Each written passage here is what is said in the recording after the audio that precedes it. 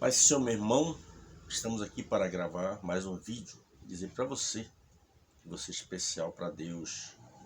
Nós estamos sempre com uma palavra de vida eterna. Eu louvo a Deus pela sua vida, que já se inscreveu nesse canal, e conto com você, com as suas orações, para que Deus nos abençoe, para que possamos trazer sempre uma mensagem cristocêntrica para as pessoas, né? Até há poucos dias eu conversava com uma pessoa da igreja, e falando que eu tenho poucas pessoas inscritas, são poucas as visualizações. E a pessoa disse, não, irmão Miguel, que o irmão tem que trazer assuntos polêmicos. Mas a minha missão aqui é falar de Jesus. É Jesus quem liberta, Jesus quem transforma o mais vil pecador numa nova criatura. Por isso que eu prego um Cristo ressurreto, que morreu, mas ao terceiro dia ressuscitou, e que em breve virá buscar a sua igreja, né? Eu louvo a Deus pela sua vida. Nós estamos estudando sobre as divisões temáticas da Bíblia, que são 7. Primeiro 5 livros da Bíblia, chamado livro da lei, começa em Gênesis, Êxodo, Levítico, Número e Deuteronômio. Depois nós temos os livros chamados livros históricos, que são 12, Josué, Juiz e Ruth.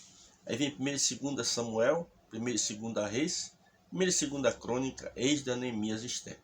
E agora nós estamos no terceiro grupo, chamado os livros de poesia, ou livros poéticos, que são 5. Começa ali em Jó, Salmo, Provérbio, Eclesiastes e Cantares de Salomão.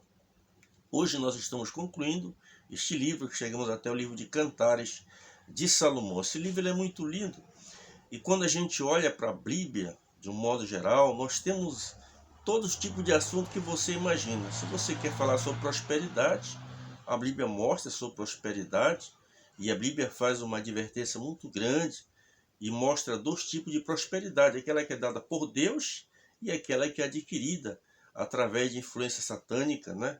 E por aí afora. Nós temos na Bíblia assuntos importantes no quesito de saúde. Se você estudar ali vários livros da Bíblia, inclusive os evangelhos, é marcado, porque quando se trata da saúde, depende muito também da nossa fé, né? É importante você ter uma fé alicerçada em Cristo.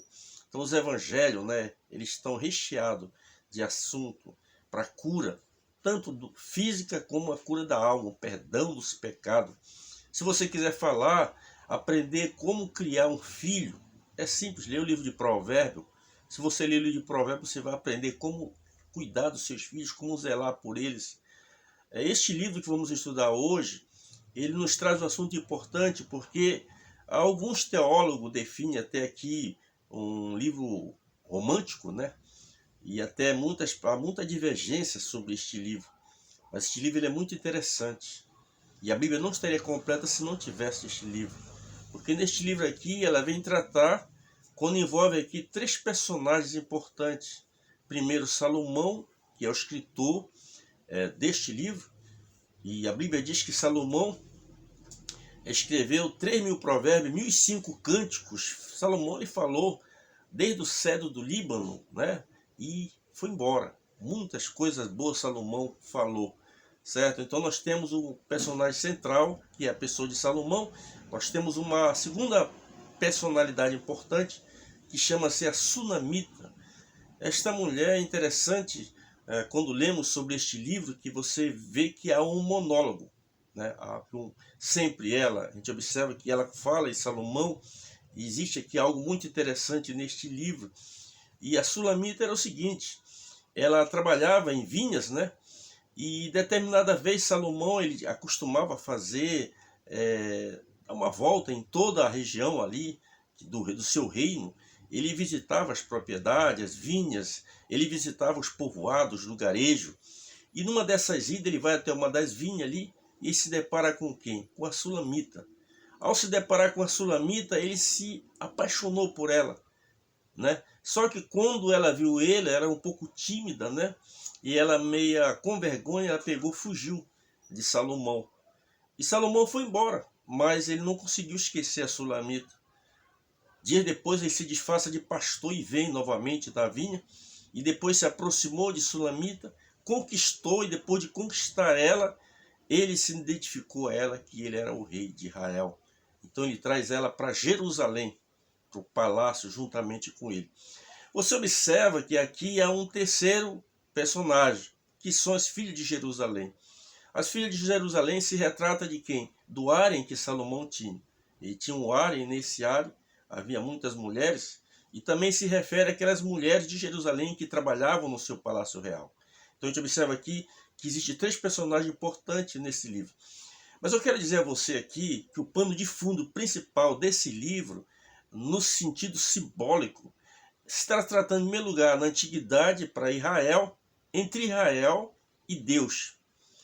Nos dias atuais, está fazendo aqui uma linguagem simbólica, uma tipologia, digamos assim, entre Cristo e a igreja. Né? Porque você observa que quando a gente repara dentro dos símbolos da igreja, um dos símbolos dado à igreja é a noiva. Só que quando se trata a noiva, é no quesito apenas de tipologia, é simplesmente naquela parte do amor. A esposa para com o esposo para com a esposa. Tá? Então nós vamos estudar um pouquinho sobre isso aqui, e o pano de fundo aqui na realidade é Jesus. A gente observa que neste livro nós não encontramos o nome Deus neste livro. Nós temos aqui um livro com apenas 8 capítulos, e nós encontramos aqui nesses 8 capítulos 7 poemas. Esses 7 poemas, na verdade, eles não estão em ordem cronológica, tá? Eu não vou me deter aos 7 poemas porque o tempo não me permite, tá? Mas eu vou pegar o versículo-chave deste livro de Cantares de Salomão, que é o capítulo 6, né? No capítulo 6, no versículo 3, que é o versículo-chave de todo esse livro, diz assim: Eu sou do meu amado e o meu amado é meu. Ele se alimenta entre os lírios. A gente observa aqui, é muito interessante esse livro porque ele trata da parte amorosa, né? A parte amorosa, é muito importante o amor. Quando o moço, uma certa feita, perguntou para Jesus qual era o grande mandamento. São 613 mandamentos. Os 613, Jesus resumiu apenas em 2 mandamentos. Amarás o Senhor teu Deus de todo o teu coração, com todo o teu entendimento, com toda a tua força e com toda a tua alma. E o segundo grande mandamento, amarás o teu próximo como a ti mesmo. Então, a nossa esposa, quando entra na parte conjugal, a nossa esposa é a pessoa mais próxima de nós. E a gente observa aqui, este livro, ele retrata sobre a importância do amor. Nós vivemos num dia hoje em que as pessoas estão revertendo a situação. A gente não vai entrar em detalhes aqui para evitar polemizar, mas hoje as inversões de valores está muito grande. Mas vamos voltar aqui para o livro de Cantares. O que a gente vai observar aqui no capítulo 1, quando Salomão se identifica como o escritor desse livro, diz assim: Cântico dos Cânticos, que é de Salomão. O versículo 2 diz assim, ó: Beije-me ele com os beijos da sua boca, porque melhor é o seu amor do que o vinho. A gente, quando estuda esse livro aqui, a gente se trouxesse para os dias atuais, e se um rapaz se aproximasse de uma moça, usando essa linguagem aqui, que era dos dias de Salomão, uma linguagem muito rústica, digamos assim, a gente observar que muitas mulheres não sentariam para ouvir, né? Digamos assim, uma cantada de um homem, né? Porque a linguagem de Salomão para os dias atuais é uma linguagem assim, a gente olhando assim, meio que ultrapassada. Mas essa era a forma da época em que o livro foi escrito. Aqui a gente observa aqui o versículo 5 do capítulo 1, diz assim, ó: Eu sou morena agradável, ou filha de Jerusalém. Quem está se referindo a isso aqui?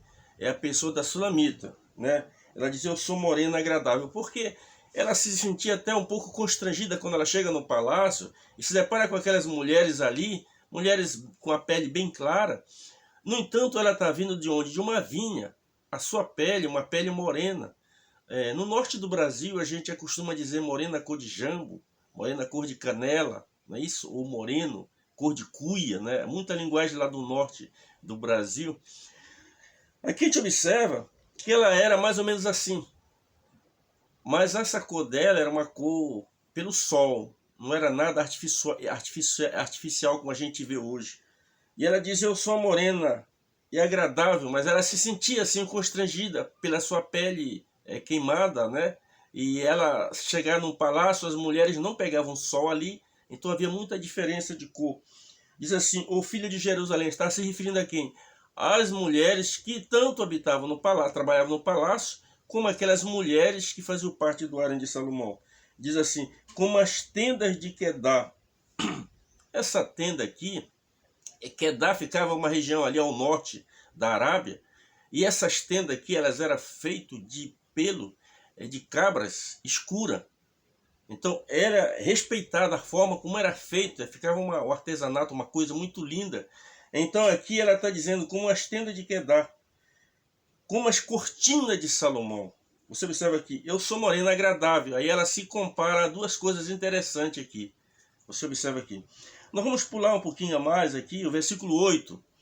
Do mesmo capítulo 1 diz assim, porque são 8 capítulos e a gente vai fazer apenas uma síntese de alguns desses capítulos. Vamos fazer nenhuma síntese de todos os capítulos, que daria muitos dias pregando sobre isso. O versículo 8 aqui do capítulo 1 diz assim, ó, se tu ou não sabes, o mais formosa entre as mulheres, sai-te pelas pisadas das ovelhas e apacenta as tuas cabras junto às moradas dos pastores. Pisada, esta expressão pisada aqui, ela se trata do calcanhar. Se a gente pegar aqui a pessoa, voltar um pouquinho para os dias de Jacó, a gente observa que a pessoa de Jacó, quando ele nasceu, ele veio agarrado no calcanhar do seu irmão Esaú.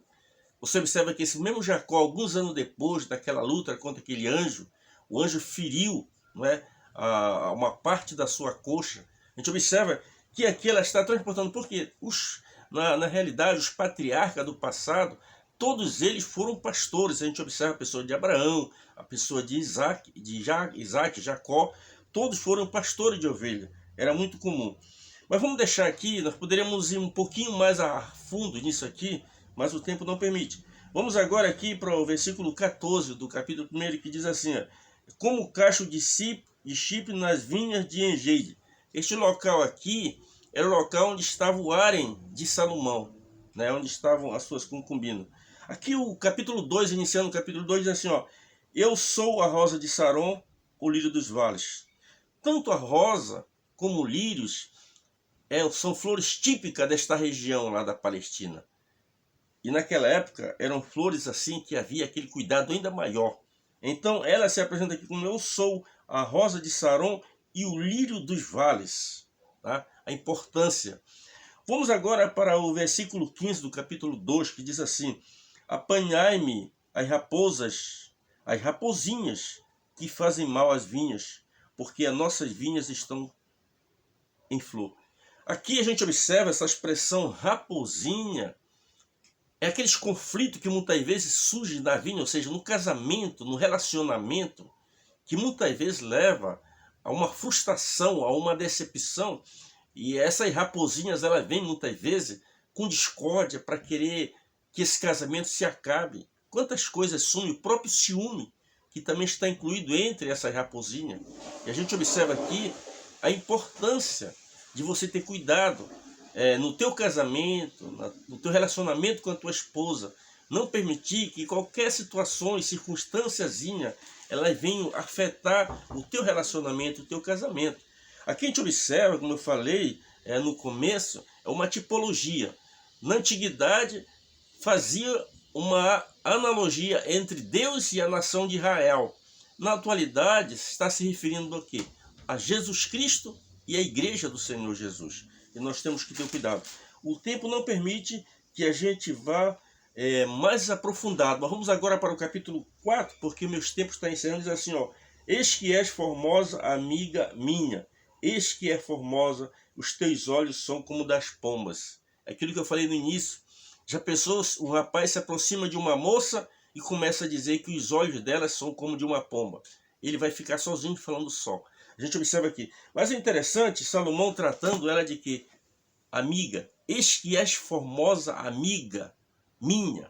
E você observa que mais adiante, nesse mesmo capítulo, ele faz um convite. Ele diz, levanta-te, vento norte, e sopra tu, vento sul, e traz o aromas para o meu jardim. E a gente observa que é algo muito profundo neste texto aqui, mas o tempo não nos permite. Que Deus em Cristo nos abençoe. E nós ficamos aqui com este livro de Cantares de Salomão, concluindo então esta sessão dos livros poético. Que Deus te abençoe. Amém.